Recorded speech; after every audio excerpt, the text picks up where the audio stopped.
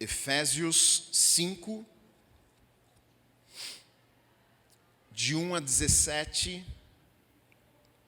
diz assim: Portanto, sejam imitadores de Deus, como filhos amados, e vivam em amor, como também Cristo nos amou e se entregou por nós, como oferta e sacrifício de aroma agradável a Deus. Que a imoralidade sexual e toda a impureza ou avareza não sejam nem sequer mencionadas entre vocês, como convém a santos. Não usem linguagem grosseira, não digam coisas tolas nem indecentes, pois isso não convém. Pelo contrário, digam palavras de ação de graças.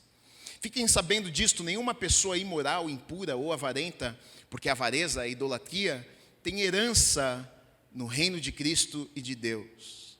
Não se deixem enganar com palavras vazias, porque a ira de Deus vem sobre os filhos da desobediência por causa destas coisas. Portanto, não participem daquilo que eles fazem, porque no passado vocês eram trevas, mas agora são luz no Senhor.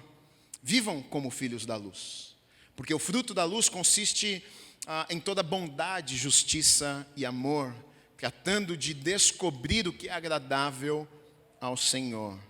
Não sejam cúmplices nas obras infrutíferas das trevas, pelo contrário, tratem de reprová-las, pois aquilo que eles fazem em segredo é vergonhoso até mencionar. Mas todas as coisas, quando reprovadas pela luz, se tornam manifestas, porque tudo que se manifesta é luz. Por isso é que se diz: desperte você que está dormindo, levante-se dentre os mortos, e Cristo o iluminará. Portanto, tenham cuidado com a maneira como vocês vivem, e vivam não como tolos, mas como sábios, aproveitando bem o tempo, remindo o tempo, porque os dias são maus. Por esta razão, não sejam insensatos, mas procurem compreender qual é a vontade do Senhor. Amém. Se você puder, feche os teus olhos, vamos orar, agradecer a Deus. Pai, obrigado pela tua palavra. Deus, eu te agradeço pela vida de cada pessoa que chegou neste lugar. Creio que não foi por acaso, o Senhor nos trouxe, o Senhor nos reuniu neste lugar aqui nesta manhã, Pai. E a minha oração é que o Senhor venha falar aos nossos corações mais uma vez.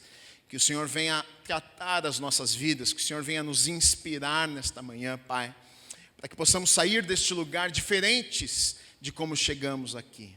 Que a tua obra seja feita nas nossas vidas. Nós abrimos os nossos corações para o Senhor nesta manhã, para recebermos tudo aquilo que o Senhor tem preparado para nós. Deus, que a unção do teu Espírito esteja sobre a minha vida, Pai, para que eu seja apenas um instrumento nas tuas mãos, para que aquilo que o Senhor deseja fazer e falar nesta manhã, seja falado em nome do Senhor Jesus Cristo. Haja com liberdade neste lugar, Pai. Nós damos liberdade ao teu Espírito neste lugar, em nome do Senhor Jesus Cristo. Amém e amém. Você pode aplaudir o Senhor Jesus? A palavra de Deus é maravilhosa. Amém. Nós estamos estudando já há várias semanas esta carta que o apóstolo Paulo escreveu a alguns irmãos que estavam em Éfeso. Hoje, 12ª mensagem aqui nesta carta, né? Provavelmente semana que vem a gente termina, porque eu só vou até acho que o capítulo 5, os primeiros versículos. O capítulo 6 não vou pregar, porque na verdade já preguei uma série só no capítulo 6. Sobre a armadura de Deus. Então preguei várias semanas, acho que 8 semanas, não sei, no capítulo 6 de Efésios. Então depois, se você quiser, você pode também ir lá no nosso canal, nas playlists, você vai ver lá que está lá. Mas esta é uma carta que o apóstolo Paulo escreveu a alguns irmãos que estavam em Éfeso. Eram irmãos, eram pessoas que tinham tido encontro com o Senhor Jesus, né? A gente está falando aqui de 60 e poucos anos depois de Cristo, ou seja, Jesus veio, nasceu, viveu, morreu, ressuscitou. Passaram alguns anos, 60 anos, e agora lá em Éfeso tem alguns irmãos que estão reunidos naquele lugar, que creem em Jesus, que creem no sacrifício de Jesus por eles. Paulo havia passado em Éfeso e pregado a palavra de Deus lá, por isso agora muitos frutos foram deixados ali naquele lugar. Aquilo que Paulo faz gera frutos, ele prega a palavra de Deus e pessoas se convertem. Ele não está lá agora com aqueles irmãos, ele está preso em Roma, mas ele vai escrever esta carta e enviar a estes irmãos que ele sabe que estão lá em Éfeso. Ele fala coisas extremamente importantes, né? Ele começa dizendo, olha, desde a fundação do mundo, olha, Deus sonhou com vocês, Deus formou vocês, Deus criou vocês. Ele começa a falar sobre as bênçãos espirituais que estão disponíveis para aqueles que estão em Cristo Jesus.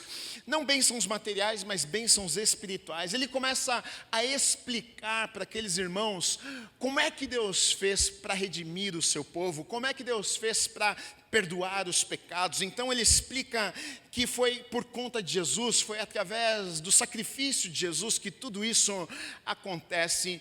E ele começa a dizer, olha, então por conta do sacrifício de Jesus, nós fomos agora religados ao Pai. Agora nós fazemos parte de uma grande família. Ele vai falar sobre a igreja de Cristo aqui na terra, desse povo que agora é chamado de filhos e filhas de Deus por conta do sacrifício de Jesus.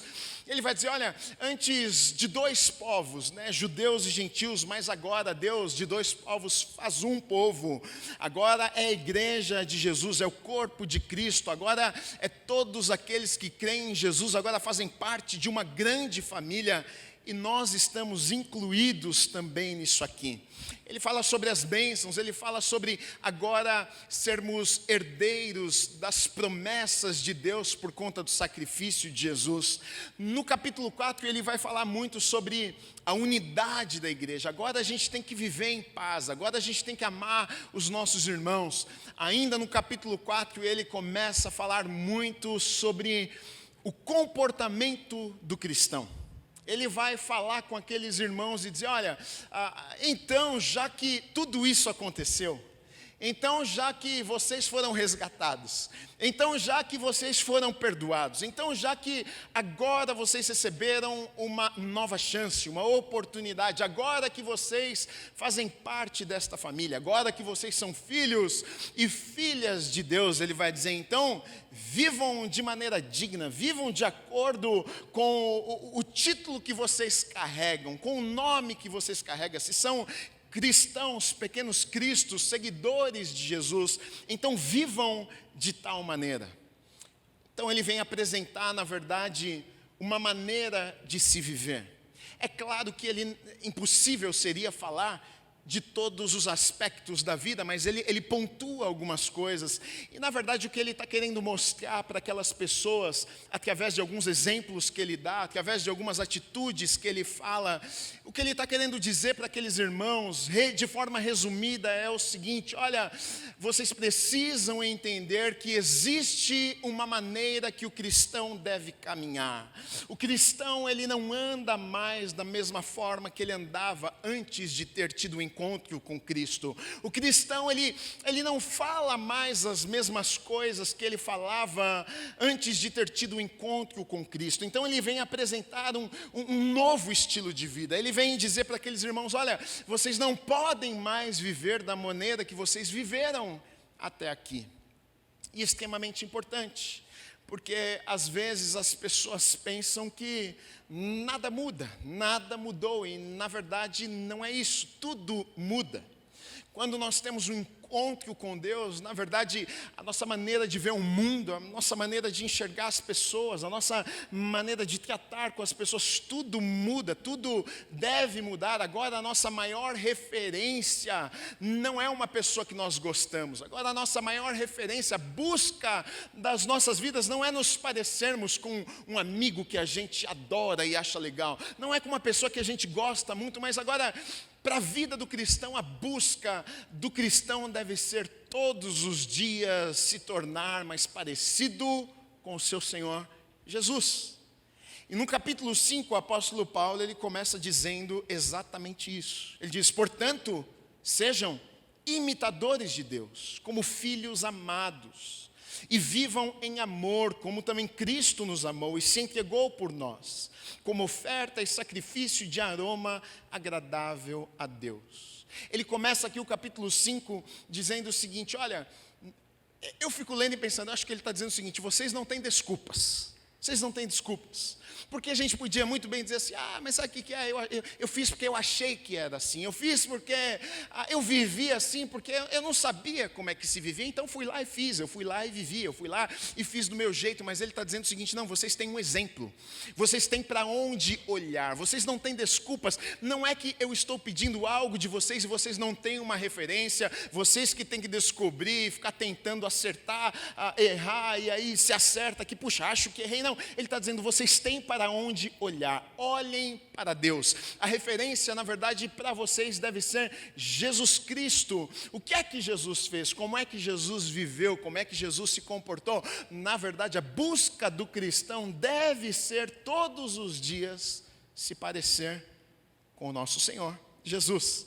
E ele começa dizendo exatamente isso. Olha, então, sejam imitadores de Deus. Sejam imitadores. E eu gosto, ele coloca, depois de falar, imitem Deus, ele diz, como filho amados. Olha o que ele está dizendo, não se esqueçam nunca de que vocês são amados.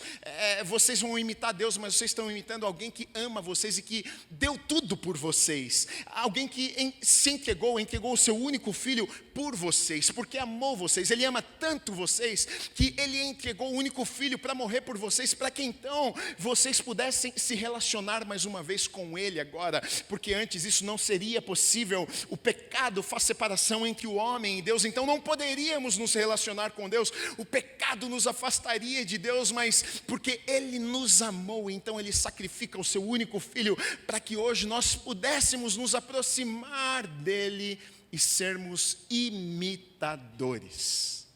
Isso só pode acontecer porque ele antes nos amou. E o exemplo que ele deixa aqui, o apóstolo Paulo diz, olha, que nós devemos fazer como Cristo. Como é que o cristão vive a vida? É como Cristo. Como é que o cristão ama? É como Cristo amou. E quando você olha para a vida de Cristo, quando você olha para Jesus, então nós somos com certeza confrontados. Porque a gente vê Jesus, e essa foi a grande confusão na cabeça dos religiosos da época, que até conheciam muito bem das escrituras, das leis, e sabiam de cor muitas coisas, mas na cabeça deles eles ficavam confusos, porque eles não conseguiam entender esse Jesus. Como é que pode esse cara dizer que ele é o Filho de Deus, mas o Filho de Deus senta na mesa com pecador? Se ele fosse o Messias, o Filho de Deus, ele não estaria fazendo o que ele está fazendo. Se ele fosse o Filho de Deus, ele não estaria conversando com aquela moça ali, porque você sabe como é que vive aquela moça ali, você sabe o que ela faz da vida dela, né? Então como é que o Messias, o Filho de Deus, está conversando com aquela moça? E Jesus faz coisas que na cabeça dos religiosos não cabia. Como é que o Filho de Deus está falando com aquela pessoa? Como é que o Filho de Deus está conversando com aquela pessoa? Mas Jesus ali estava nos mostrando como é que nós devemos fazer também. Jesus estava mostrando, eu não devo julgar uma pessoa, mas eu devo amá-la. Eu não devo colocar uma pessoa para baixo, mas eu devo estender as minhas mãos.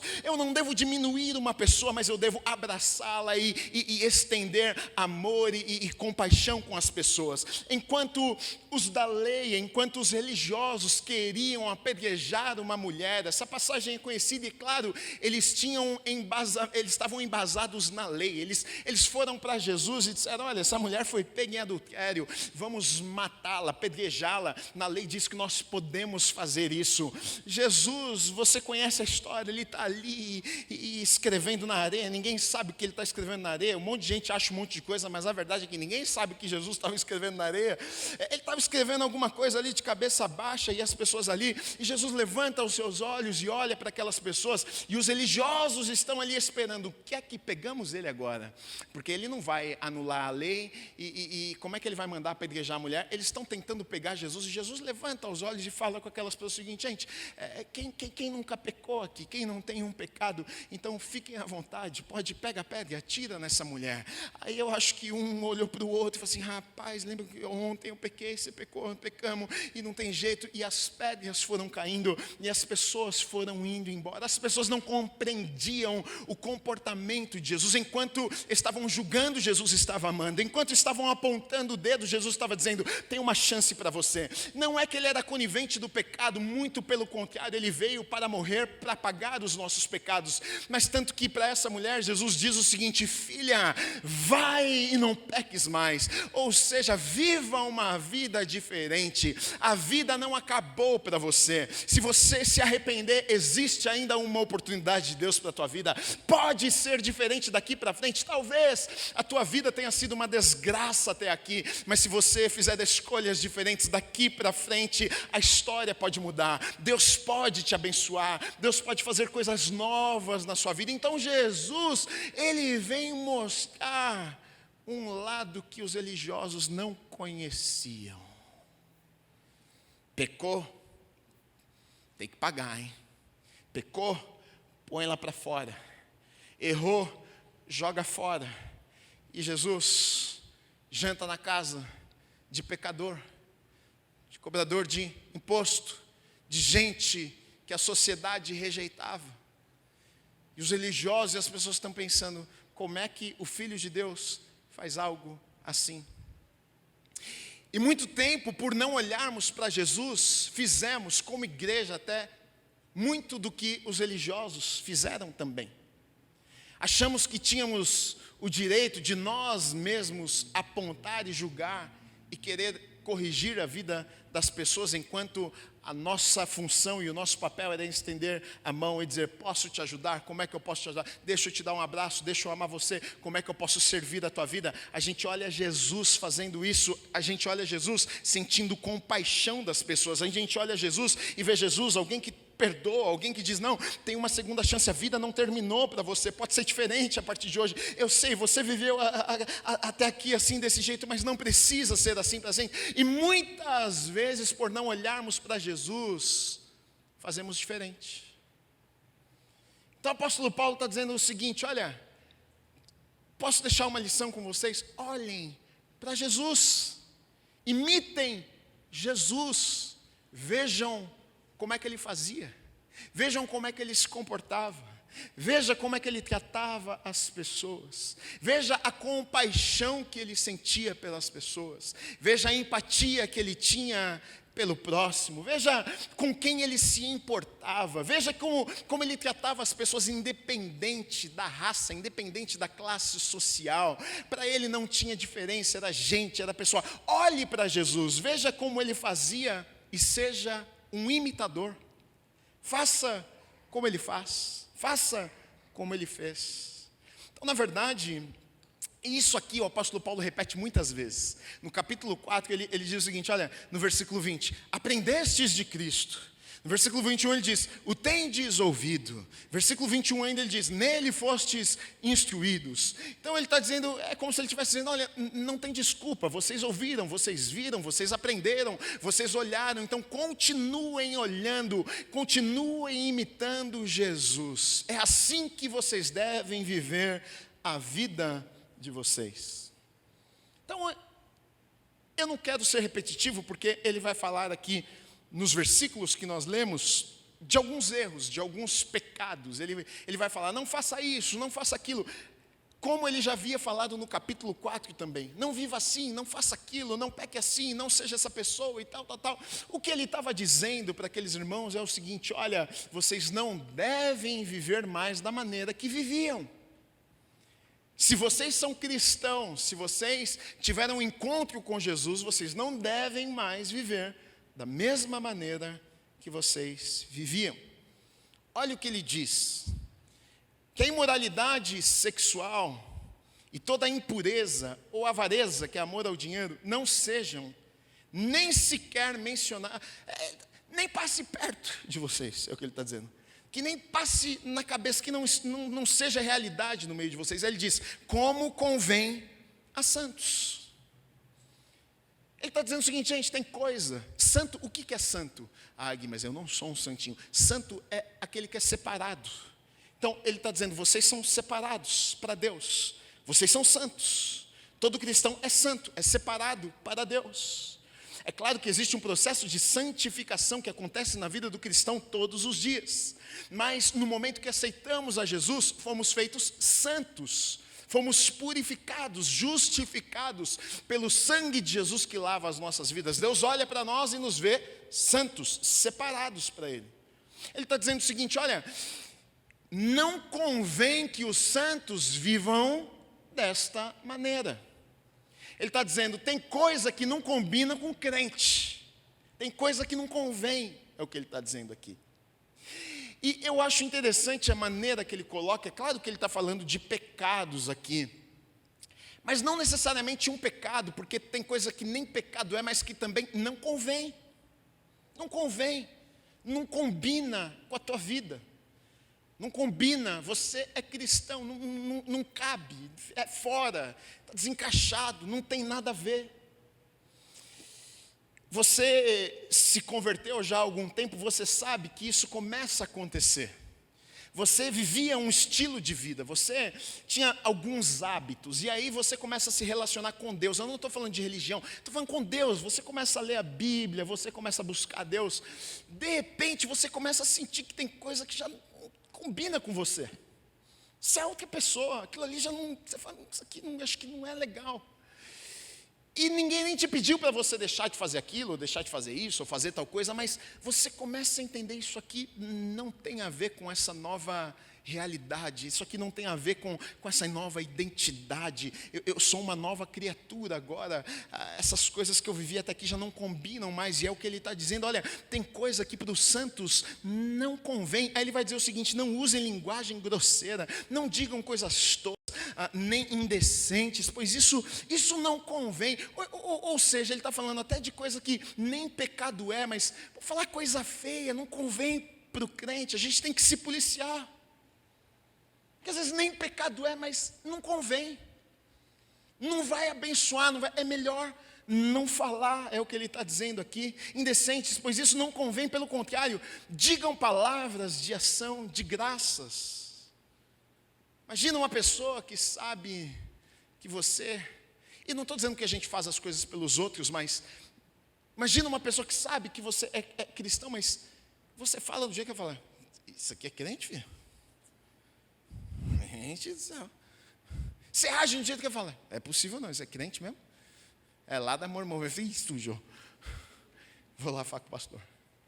E você não sabe, tem gente que me manda mensagem, porque quando briga com uma pessoa, fala assim, é da tua igreja. Teve gente que mandou para mim isso.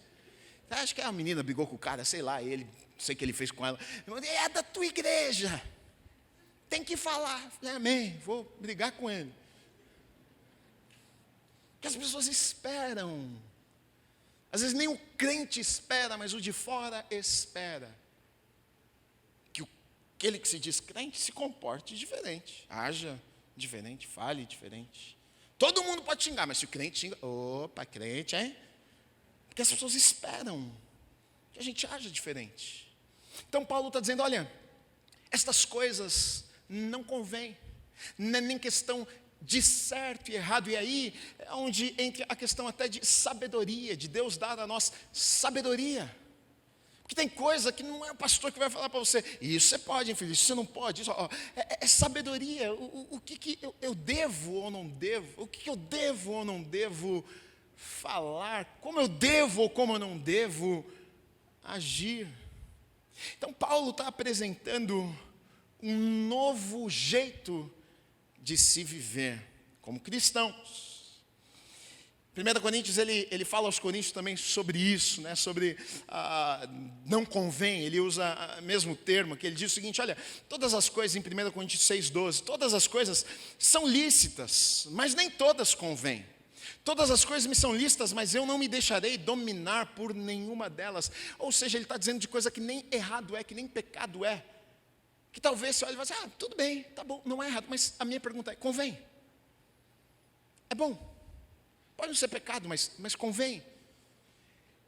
Ele está apresentando um novo jeito, dizendo, gente, não é só a questão de é certo, é errado, é pecado, não é. Agora nós somos diferentes. Nossa vida é diferente.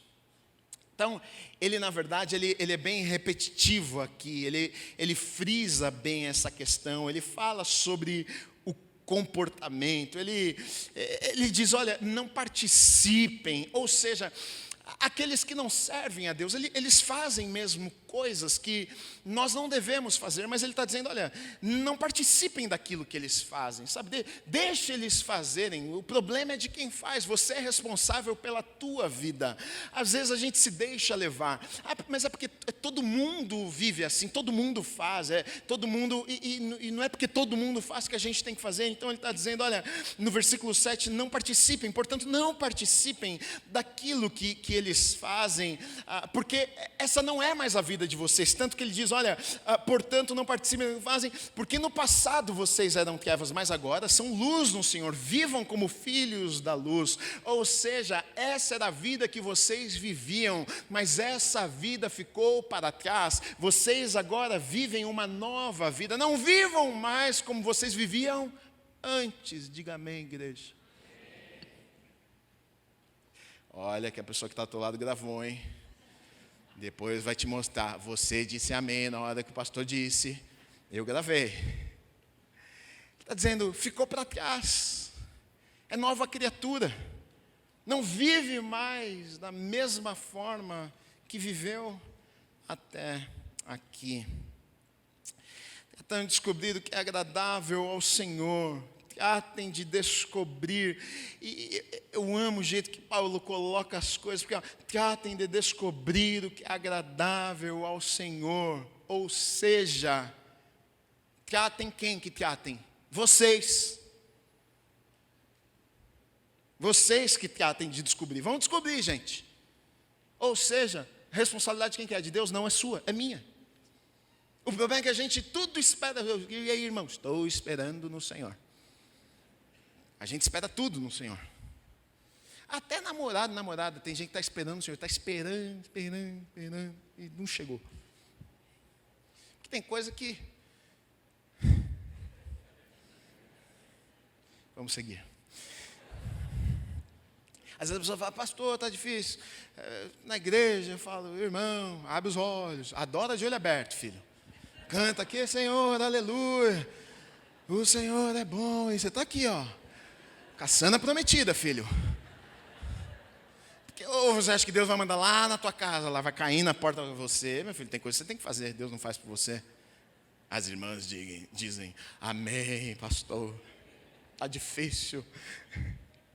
Tratando de descobrir quem vocês, o que é agradável, assim, ou seja, existe uma responsabilidade que é nossa, é tua, vai descobrir, vai pegar a palavra, vai ver, e aqui é um sério problema, porque tudo a gente tem uma opinião, tudo a gente acha alguma coisa. E aí, o que você acha? Eu acho que isso é errado, eu acho que não interessa o que você acha que eu acho, o que a Bíblia fala. O problema está aqui, é que a gente não foi descobrir. Até o que o pastor fala, eu falo, vai na tua casa, abre lá a Bíblia, deixa eu ver se o pastor falou aqui, é isso mesmo. A Bíblia deve ser a nossa regra de fé. Por isso que ele diz, vai descobrir, vai olhar o que é. O que Deus está falando, o que Deus fala sobre esse assunto. Não é o que o mundo pensa, não é o que o pastor acha, não é o que a doutrina da igreja definiu que vai ser assim, não. O que Deus pensa sobre esse assunto, que você não sabe para que lado ir. O que a palavra de Deus fala sobre isso.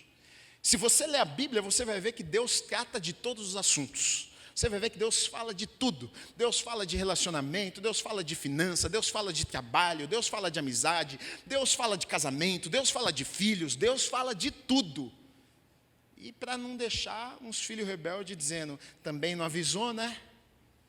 Fui lá e fiz o que eu achava. Então, você pode até fazer isso, mas não deve. Olhe para a palavra de Deus, tratando de descobrir o que é agradável ao Senhor. Não sejam cúmplices as obras infrutíferas das trevas, não façam parte, não estejam no meio, não estejam juntos, pois aquilo que fazem em segredo é vergonhoso até mencionar. Paulo está dizendo, olha, tem um novo jeito, gente, de se viver, não é mais do mesmo jeito, E como é que a gente descobre essa vida agora que temos? Como é que a gente aprende a viver? Está aqui. Vocês têm um manual. Procurem no manual. Vivam de acordo com esse manual. Algumas pessoas, pelo fato de saberem que Jesus morreu em uma cruz por elas, e o fato de Jesus ter morrido na cruz por elas, o sangue de Jesus lava seus pecados e as perdoa, pensam, ótimo, então não preciso fazer mais nada, já estou salvo. Se eu creio no sacrifício de Jesus, é pela fé, a Bíblia diz, eu creio que Jesus morreu, entregou, o sangue dele caiu, e eu sou purificado, os meus pecados por conta disso. Sim, você é purificado. Mas, olha o que o apóstolo Paulo diz aqui, sobre uma pessoa que vive dessa forma. Eu acredito que ele não está nem falando aqui de gente que vai para o inferno, talvez a gente até que vai para o céu, ou seja, que crê em Jesus, mas vive uma vida bagunçada. Olha o que ele está dizendo, fiquem sabendo disto, nenhuma pessoa imoral, impura ou avarenta, porque a avareza é a idolatria, ele está falando de comportamentos aqui, tem herança no reino de Cristo e de Deus. Essas pessoas não recebem uma herança. Talvez essa herança não seja a herança de ir para o céu, mas talvez aqui essa herança seja uma recompensa. Essas pessoas que vivem desta forma não recebem uma recompensa, que na Bíblia é galardão. E a Bíblia fala sobre galardão. E galardão é baseado naquilo que fazemos. Você não é salvo pelo que você faz, mas o teu galardão é baseado no que você fez. O que é o galardão? É o prêmio. Que um dia, quando estivermos na glória, chegarmos lá, nós vamos receber. E esse prêmio a gente vai receber pelo quê? Que galardão eu vou receber pelo quê? Pelo que eu fiz com a minha vida. Pelo que eu fiz aqui nessa terra. Eu vou chegar lá e Deus vai dizer, bom filho, fiel, cumpriu o chamado, fez o que eu mandei você fazer, obedeceu. Olha, muito bom, está aqui, esse é o teu galardão. E talvez, tem gente que vai ficar só com a moedinha. E talvez tem gente que vai receber um galardão muito grande. Não sei como é que vai ser essa questão da divisão do galardão, mas eu sei que vai ter. E o que nós fazemos aqui, nós teremos a recompensa. Ele está dizendo, quem vive dessa forma, querido, não vai ter recompensa. Pode até para o céu, mas talvez a recompensa vai ser pequena. Ou seja, importa o que nós fazemos. Importa. Para Deus importa. Para Deus é significativo, sim. Não é uma coisa que, mas vai de lá, viver a vida. Eu gosto que meus filhos, vai lá, meus filhos, sejam felizes, bagunça, tudo. Para Deus importa. E na verdade é o contrário do que muitas vezes a gente imagina, porque a gente imagina quando a gente olha para a Bíblia e a gente pensa que a Bíblia é um livro de regras, é muito diferente, sabe por quê? Porque na verdade não é isso, não é sobre regras, não é sobre um Deus que quer privar seus filhos de viver coisas boas ou de ter prazeres nessa vida, não. Na verdade a Bíblia é um manual do Criador com sua criação, ou seja, Ele sabe, foi Ele que criou, Ele sabe como funciona, Ele quer ver o melhor, Ele quer ver a gente feliz, Ele sabe que algumas coisas trazem destruição, Ele sabe que algumas coisas vai nos trazer tristezas, Ele sabe que algumas coisas vai acabar com a nossa vida, então Ele deixa um manual dizendo, olha, se vocês andarem desse jeito, olha, vai ser muito mais tranquilo, vocês vão ser felizes, vocês vão viver em paz, sabe, vocês vão conseguir construir a família, criar os filhos de vocês, mas se vocês andarem desse jeito aqui, vocês vão atrair problemas, tristezas, confusões para a vida de vocês, e Deus sendo o Pai, não é isso que Ele deseja aos seus filhos. Eu preguei uma série aqui sobre os 10 mandamentos, e eu comecei a série falando que na verdade os 10 mandamentos não são uma lista de regras, mas na verdade, quando você lê com um olhar de que é uma carta de amor de um pai para um filho, muda totalmente o jeito que você enxerga aquilo ali. É uma carta de um pai apaixonado, que ama seus filhos, dizendo, olha, está aqui, eu não quero que vocês sofram. Eu quero que vocês vivam o melhor. E se vocês entenderem algumas coisas, vai ser muito mais fácil. Então, na verdade, é sobre isso. O apóstolo Paulo está encorajando aqueles irmãos, né? Ele está dizendo, olha, não sejam enganados. Ele diz depois no versículo 6, olha, não se deixem enganar com palavras vazias. E pensa numa coisa, Paulo está falando com gente que mora em Éfeso a adoração a muitos deuses, tem um templo gigante a Diana, são muitas religiões. Ele está dizendo, gente, com certeza as pessoas vão tentar convencer vocês, vão tentar desviar vocês dos caminhos do Senhor, vão tentar levantar dúvidas, questionamentos. Será mesmo? Será que é assim? Será que Deus existe? Será que esse é o único Deus? Quem disse que esse é o único? Nós temos muitos deuses, nós temos Diana, nós temos outros deuses também. Ele está dizendo, gente, o seguinte, não se deixem enganar. Aquilo que ouvimos, que vemos, pode causar muitas coisas nas nossas vidas. Às vezes a gente pensa que não. E eu acho que é a grande bênção, porém o grande perigo também da era que vivemos.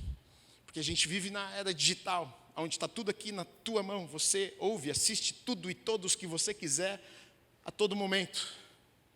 Então, tem gente falando coisas que você acha, não, com certeza é isso.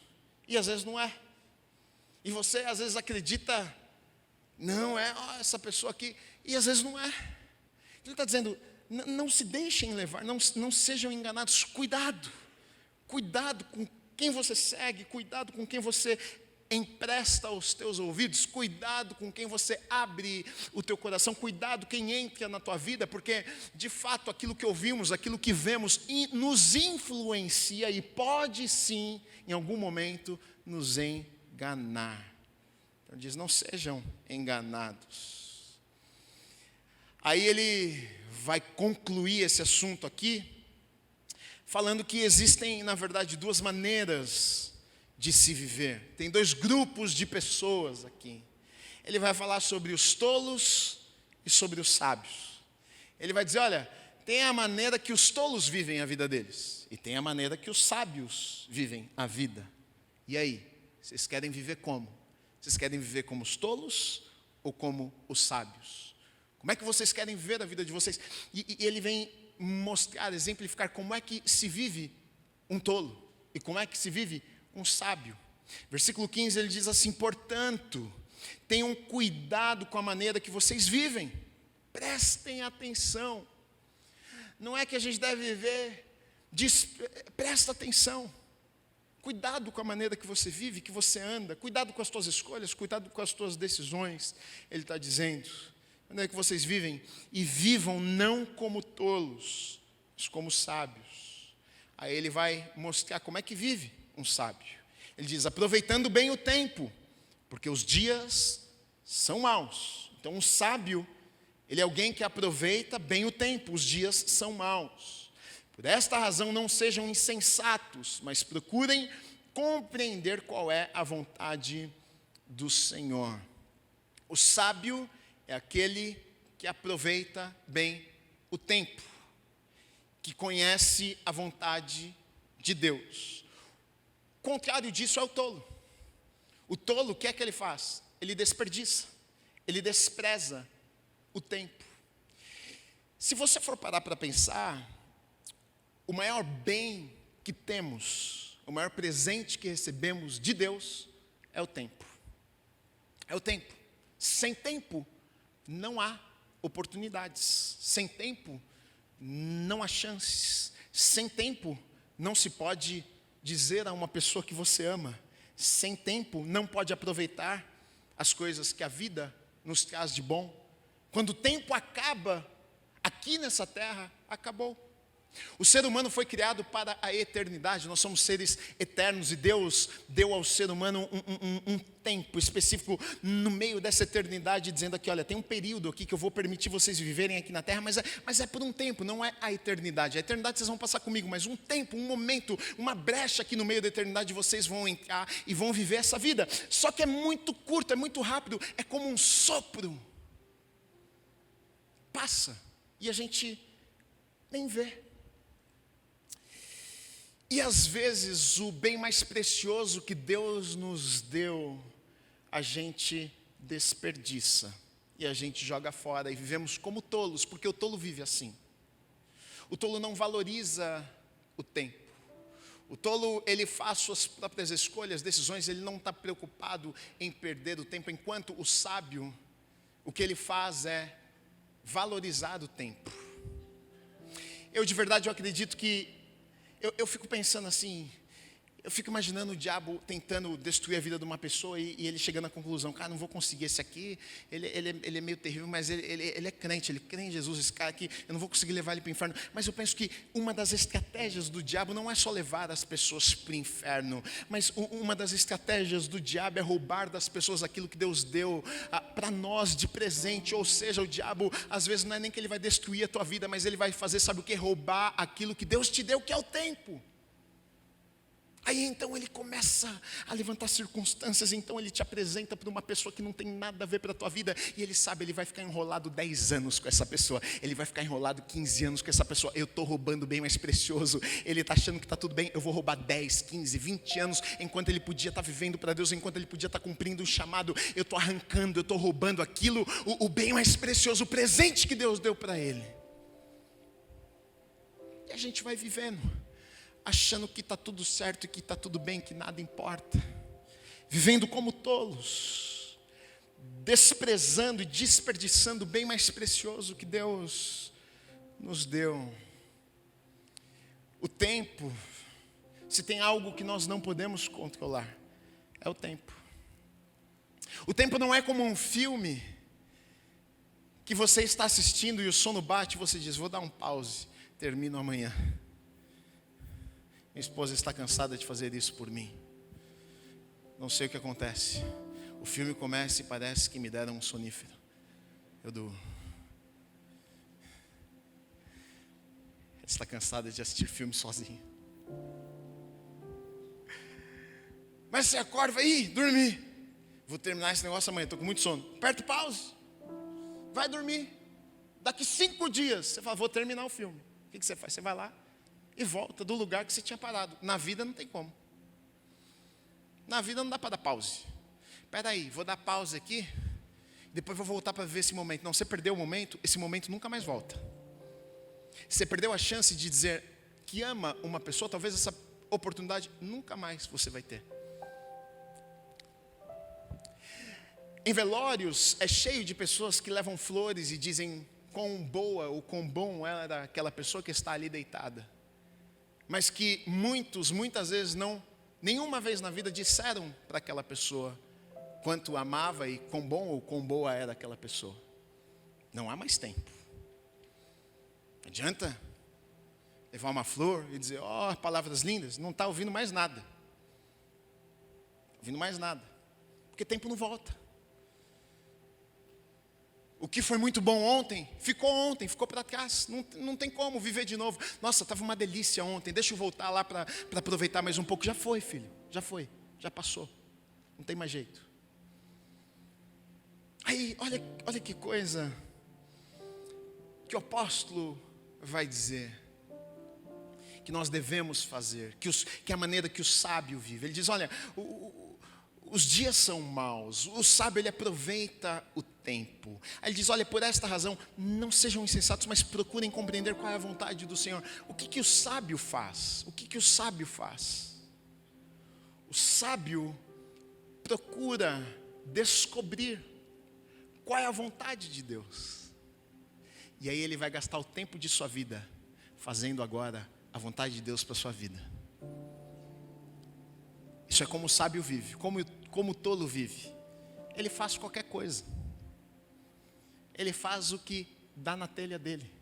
Ele faz o que ele está com vontade. Ele quer realizar, ele é egoísta, ele quer os sonhos dele, do jeito dele, da maneira dele. Ele está perdendo o tempo da vida dele. Mal sabe que Deus tinha tantas outras coisas, Deus queria fazer tantas coisas. E tem muita gente que bate a cabeça daqui para lá e até reclama, fica bravo com Deus. Mas Deus, minha vida parece que não sai do lugar, parece que não flui, parece que as coisas não acontecem. E talvez Deus esteja olhando e dizendo, sim, exatamente, o problema é que você está fazendo aquilo que eu não te chamei para fazer. O problema é que você está num lugar que eu nunca pedi para você estar. O problema é que você está fazendo uma coisa que eu nunca falei que você deveria fazer. E aí você está lá patinando e a vida não acontece, não sai do lugar. O sábio não vive assim, o sábio busca descobrir o que é que Deus tem para mim.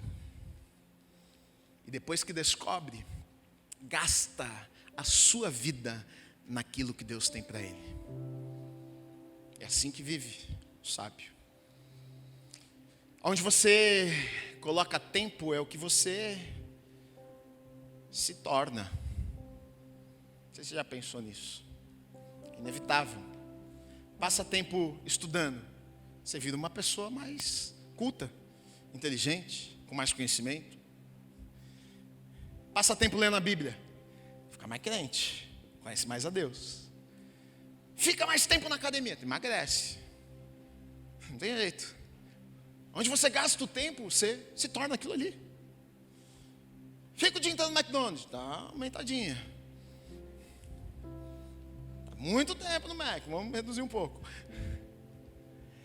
A vida é assim, onde a gente gasta o nosso tempo, aquilo que a gente vai se tornando, se parecendo. A nossa vida se parece com aquilo que a gente gasta tempo. Então, olha que coisa, a gente não pode nem culpar Deus. Deus nos deu o tempo, mas Ele entregou e disse assim: agora, com o tempo que você tem, você faz o que você quer. Então o resultado da tua vida hoje não é culpa de Deus, é tua. Pensa numa coisa, todo ser humano tem quantas horas por dia? O Guilherme tem quantas horas por dia? Quantas? E a Maria? E o João? Deus é justo. Porque imagina, eu podia ficar bravo com Deus e falar assim: para o Guilherme eu vou dar 24, para o João eu vou dar 20, para aquele ali, ele é muito bonzinho, vou dar 32. Imagina, esse cara, o dia dele tem mais horas do que a minha. Ou seja, Deus deu igual para todo mundo. Todo mundo na face da terra tem 24 horas por dia. Agora, o que você vai fazer nessas 24 horas por dia está com você, está comigo.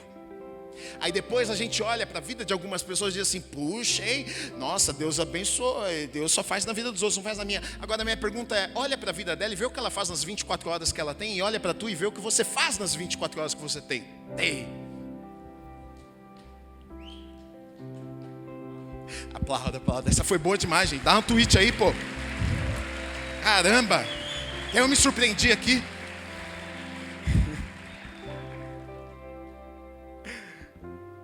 Às vezes a gente culpa Deus de tudo. E Deus está falando: eu dei. É o meu presente para vocês. E aí? O que vocês vão fazer com isso que eu dei para vocês? Agora, o problema começa quando não sabemos o que Deus tem para nós. Porque aí quando você não sabe por que você nasceu, o propósito de Deus na tua vida, qualquer coisa serve. Você vai lá, vem aqui. Você já viu gente assim que está patinando? Vai ali, vem para cá, trabalha aqui, vem para cá, faz faculdade, faz outro depois, faz 8 faculdades, eu não sei direito, está indecisa, passou 30 anos, não sabe, não sai do lugar. O tolo vive assim. Mas não deve ser assim na vida daqueles que servem a Deus, porque Deus, nós nascemos com um propósito. Você nasceu com um propósito, você não nasceu por acaso, não. Deus colocou algo em você que Ele só colocou em você. O teu DNA é único. Talvez você vai fazer uma coisa que só você consegue fazer do jeito que você faz. Você é único, você é única, e você precisa descobrir isso. O que é Deus que eu nasci para fazer nessa vida? Qual é o teu chamado para mim? Eu nasci para quê? Por quê? E aí quando você descobre isso, aí então é a tua escolha. Agora eu vou morrer por isso. Agora os meus dias, o meu tempo eu vou dedicar nisso aqui. E não existe nada melhor, nada mais precioso do que gastarmos a nossa vida, gastarmos o nosso tempo com aquilo que Deus nos chamou para fazermos. Não existe alegria maior. O sábio vive assim. Depois que eu descobri que eu seria um pastor, eu gasto a minha vida para ser um pastor. Minha vida é para isso. Eu não fico gastando tempo fazendo outras coisas. Eu gasto meu tempo fazendo isso. Eu gasto horas estudando a Bíblia. Por quê? Porque eu sou pastor. É o que eu faço da minha vida. É o que Deus me chamou para fazer. Então quando você entende o que Deus tem para você, então aí você tem a escolha. Agora eu vou pegar isso aqui, eu vou usar esse tempo para fazer aquilo que Deus me chamou. Aí Deus olha e diz: esse é sábio, esse é sábio. O sábio vive desse jeito. Ele descobre o que Deus tem e depois ele faz aquilo que Deus tem para a vida dele. Esse é o sábio. O tolo não, o tolo vive de maneira diferente. Então, olha quanto direcionamento bom o apóstolo Paulo está dando. Olha quanta riqueza em poucas palavras. Está dizendo, gente, vamos viver diferente.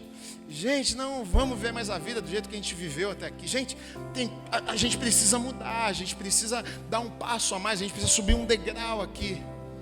A gente não pode ficar parado no passado, em como vivemos a nossa vida até aqui.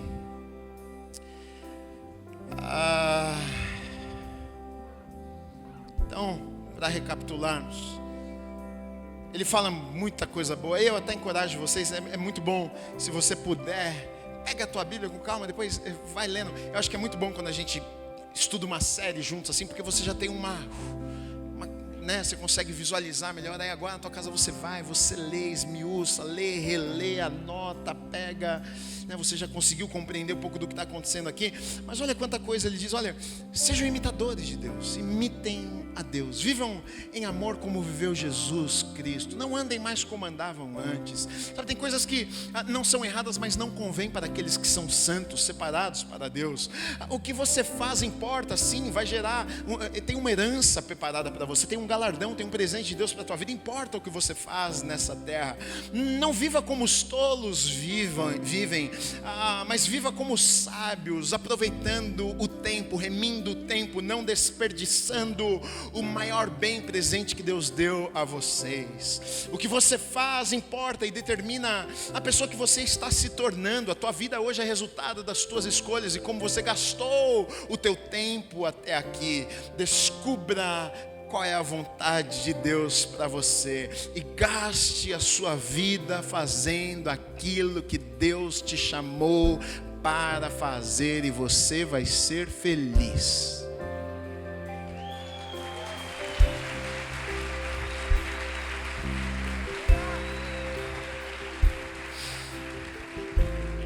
Agora, a Bíblia é boa demais, mas se ela for apenas um conhecimento, não muda nada. Você pode ter ouvido um monte de coisa que você falou, pô, legal, gostei disso, hein? Bom, aquela frase que eu fiz assim, você falou, opa. Mas se você não pegar isso aqui e não colocar na tua vida, na prática, se você sair daqui e continuar vivendo a mesma vida que você viveu até aqui, se você não descobrir qual é o chamado de Deus para a tua vida, se você gastar o teu tempo como o tolo gasta o dele e não como o sábio, o que vai acontecer? Nada. Vai continuar igual, nada vai mudar. E aí tem gente até que fica bravo com Deus depois. Oh, Deus, não mudou. E Deus, acho que olha e fala, quem não mudou foi você. Uai, não tenho culpa disso. Então, pega uma palavra como essa, leva no teu coração para a tua casa, medita nela. Pede ajuda para Deus. Deus, me ajuda. E isso aqui, toda vez que eu prego, eu não prego para vocês não, eu prego para mim. Antes, prego para mim. Deus, me ajuda a ser assim, me ajuda a deixar tudo para trás. Ajuda, Deus, a ver uma nova vida. Ajuda, Deus, a cada dia mais me tornar, ser mais parecido com Jesus. As minhas atitudes, escolhas, decisões, a maneira que eu vivo a minha vida, como eu falo, como eu ando, me ajuda a ser mais parecido com Jesus. Às vezes eu não sou nem um pouco parecido com Jesus. Me ajuda, eu quero ser mais parecido com Jesus. Quero gastar meu tempo fazendo aquilo que Deus me chamou para fazer. A minha oração, como pastor, como alguém que ama vocês, é que seja assim na tua vida também. Que essa seja a busca do teu coração. Eu quero me tornar mais parecido com Jesus. Eu quero deixar para trás, eu quero viver essa nova vida. Eu quero descobrir o que o Senhor tem para mim. Eu quero gastar os meus dias fazendo aquilo que Deus me chamou para fazer. Essa é a minha oração. Que você saia de uma manhã como essa, sabe, com o seu coração queimando, com o desejo de realmente viver tudo isso que nós ouvimos aqui, em nome de Jesus. Em nome de Jesus. Você recebe essa palavra? Aplauda ao Senhor Jesus. Pode ficar de pé no teu lugar.